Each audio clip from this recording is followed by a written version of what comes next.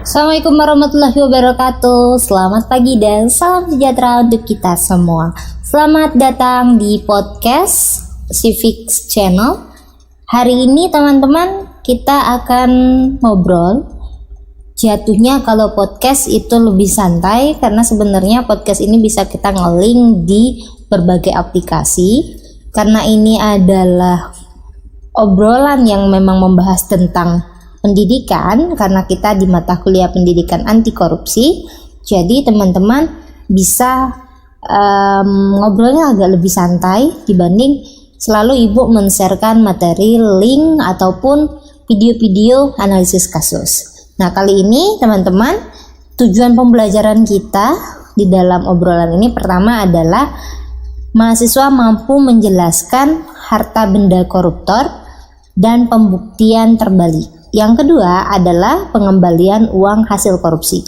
Jadi tema kita hari ini kita mau bahas tentang apa sih pembuktian terbalik yang sering digaungkan, yang sering menjadi pembaharuan Undang-Undang Tipikor kita, dan apa kelebihan kelemahannya nanti akan kita bahas. Tapi tidak kalah penting juga ada bahasan tentang pengembalian uang hasil korupsi.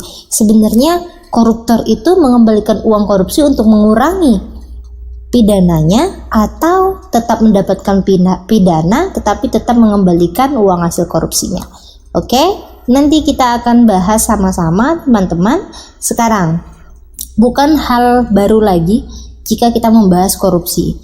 Indonesia adalah salah satu negara yang memiliki banyak kasus korupsi yang sampai sekarang ada beberapa kasus yang masih belum tuntas.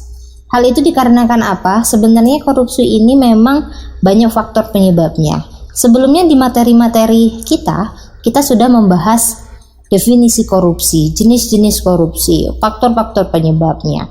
Akan tetapi ini menjadi bahan untuk teman-teman semua kita kajikan. Bagaimana kalau misalnya korupsi ini tetap terjadi di Indonesia, walaupun kita sudah ada lembaga independen KPK yang sudah berusaha seoptimal mungkin untuk memberantas tindak korupsi.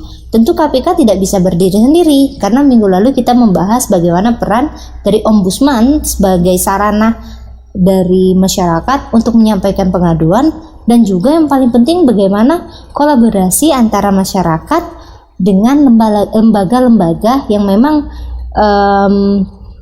bertugas untuk melakukan seperti pencegahan, pemeriksaan, bahkan penyelesaian kasus-kasus korupsi.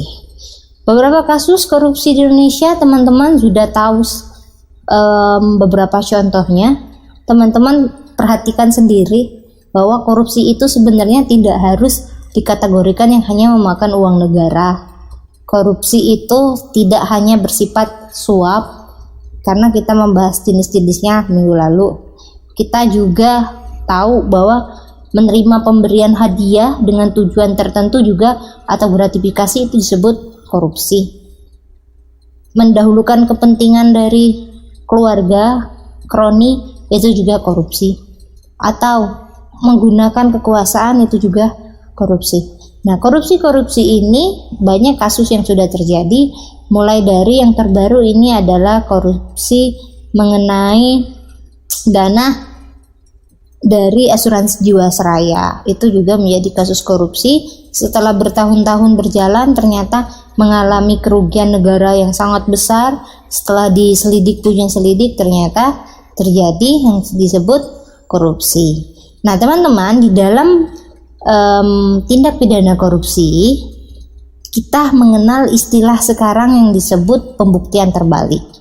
Nah, ini adalah revisi atau pembaruan dari Undang-Undang Tipikor nomor 31 tahun 1999 yang akhirnya tertuang di dalam dua Undang-Undang nomor 20 tahun 2001 pasal 38 dan 37 sebenarnya. Apa sih pembuktian terbalik? Pembuktian terbalik itu adalah kalau dahulu jaksa penuntut umumlah yang melakukan pembuktian terhadap bahwa si A terduga melakukan korupsi. Semenjak adanya pembahasan pasal tentang pembuktian terbalik, di sini dijelaskan bahwa kita menggunakan azas praduga bersalah. Artinya terdakwa berhak untuk membuktikan bahwa dia tidak melakukan korupsi. Dengan caranya bagaimana? Caranya adalah menyampaikan harta yang dimilikinya. Tentu bukan harta secara pribadinya saja. Harta yang dia diperoleh itu baik dari suami atau istri atau korporasi yang memang berkaitan yang diduga korupsi. Jadi ketika sidang penyelidikan di pengadilan bahwa terdakwa tadi yang diduga melakukan korupsi berhak kok untuk menyampaikan pembuktian. Nah, pembuktiannya yang biasanya akan disangkut pautkan dengan beberapa hal tadi, harta istri, harta suami ataupun korporasinya. Tidak hanya itu teman-teman, jadi ketika di dalamnya yang harus mereka juga laporkan adalah penghasilan. Jadi teman-teman, untuk pegawai negeri sebenarnya PNS atau ASN itu memiliki LHKPN, laporan harta kekayaan pegawai negeri.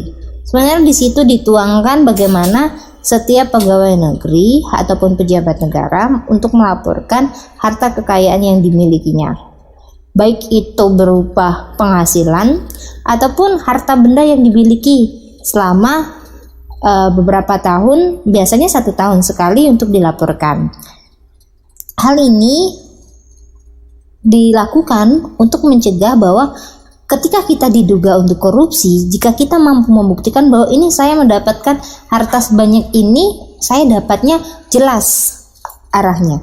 Saya mendapatkan dari keuntungan perusahaan saya sebesar ini. Saya mendapatkan karena istri saya ini.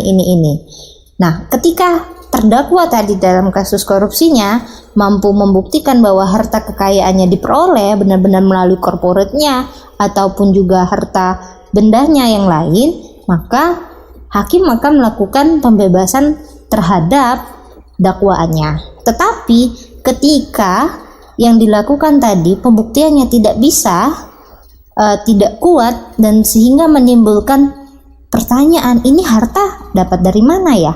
Tidak ada istilah, saya baca artikel bahwa harta itu ya datangnya, kekayaan, rezeki itu datangnya memang dari Tuhan. Bukan itu maksudnya di sini. Iya, jalurnya kita mendapatkan harta kekayaan segini itu dapatnya dari mana? Karena kalau kita tidak bisa membuktikan, maka dugaan bahwa kita melakukan korupsi akan diberikan kepada kita. Nah, di dalam pembuktian terbalik dikenal dengan azas terbatas dan berimbang. Terbatas artinya dia berhak menyampaikan pembuktiannya, tapi JPU juga tetap melakukan pembuktian juga. Yang kedua, berimbang. Artinya berimbang di sini bahwa masuk akal, terus juga apa yang didapatkan itu sesuai dengan apa yang dilakukan, sehingga tidak ada uang yang tiba-tiba atau penghasilan harta kekayaan yang didapat secara cepat sedangkan tidak tahu asal sumbernya dari mana. Nah, satu hal lagi yang menjadi hal penting dalam pembuktian terbalik adalah bahwa ini adalah salah satu kemajuan dari hukum yang ada di Indonesia, di mana kita mendahulukan azas praduga tak bersalah.